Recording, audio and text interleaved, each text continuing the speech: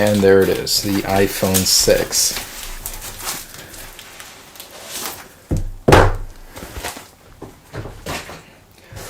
Alright, so there you have it. The box actually looks really nice. So here's what the box looks like next to an iPhone 5S box. As you can see, it's way bigger. I don't know why. Obviously, it's a ripoff, but anyways, so it looks really nice. Let's go ahead and dig in.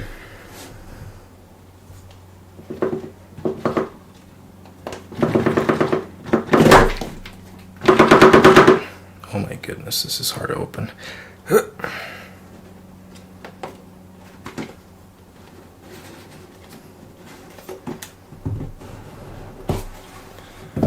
And that is not very pretty. I mean, Apple's packaging is so much nicer. Anyways, in here is the iPhone 6 clone. So you can see it has this white sticker on there. Let's go ahead and peel that off.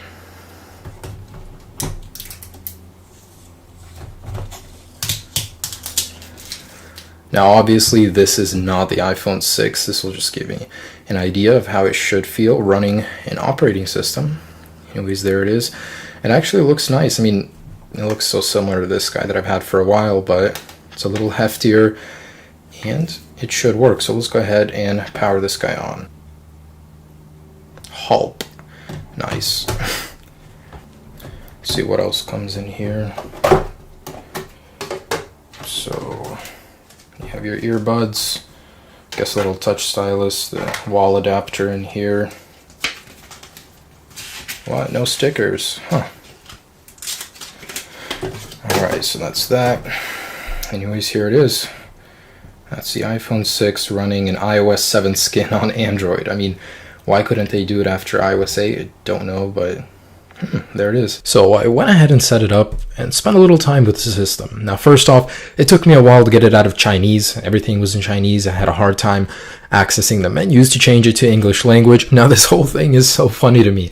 It's trying to be an iPhone 6 running an old version of Android like 4.0.4 that's trying to run iOS 8 while running an iOS 7 skin. It's a mess. I can't even put my mind around what it's supposed to be. So in a summary, I'd pretty much say it's like Android is attempting to be iOS 8 while keeping all of the lagginess and just inconsistency of Android inside the system. And while that's not Android's fault, it's a developer's fault, I would say that anyone who buys this phone pretty much buys it to show off. I mean, hey, I've got the iPhone 6 before anybody else, and god damn it, just go back. It's so frustrating to use this. I just spent like 10 minutes with it and I have a hard time even going back. So this thing is usable. You got to get to know a little bit. It is a capacitive touchscreen, so that's good. However, it's so frustrating. You'll constantly see yourself trying to get somewhere and having to spend like a few seconds clicking on a button to get there. Software updates isn't even there. It's just missing. It's like a setting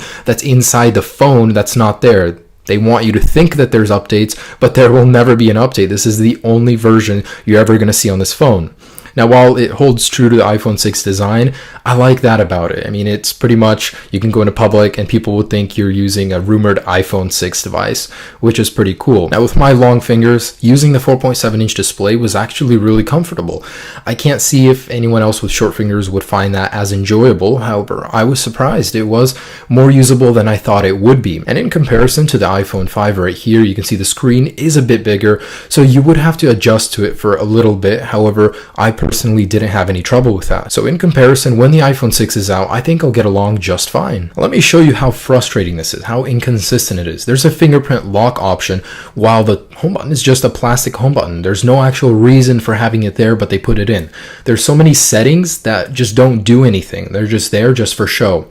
Siri is not Siri, it's Google Voice. However, they do have a Siri option in settings, and there will be moments where you're using iOS and then boom, it just goes to Android and you're like, what the heck? And this was just kind of funny to me. If you slide over, the iPhone 6 on iOS 8 has been jailbroken already. There's Cydia. Well, not really. It's actually Super User, but that was just kind of funny to me that they would even include that in here. So to summarize all of this, this is Android that reproduced with iOS and created this abomination. The camera is terrible. I would not recommend it to my worst enemies. It's just awful. It's a 2 megapixel sensor, I believe. Now, while I don't regret buying this, it gave me a good idea of what the iPhone 6 will be like. And I gotta say, impressions are that the screen is a good size. I'm glad that Apple has finally upscaled to 4.7. And if the 5.5 is a reality, I guess I'll have to see how I like that one later on when I have the real deal.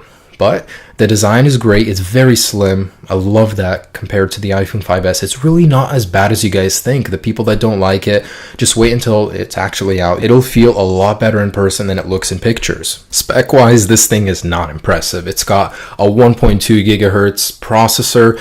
I don't know if that's dual core. It does have 1 gig of RAM, and the model that I bought was a 4 gigabyte. They sent me a 32, so win-win, I guess.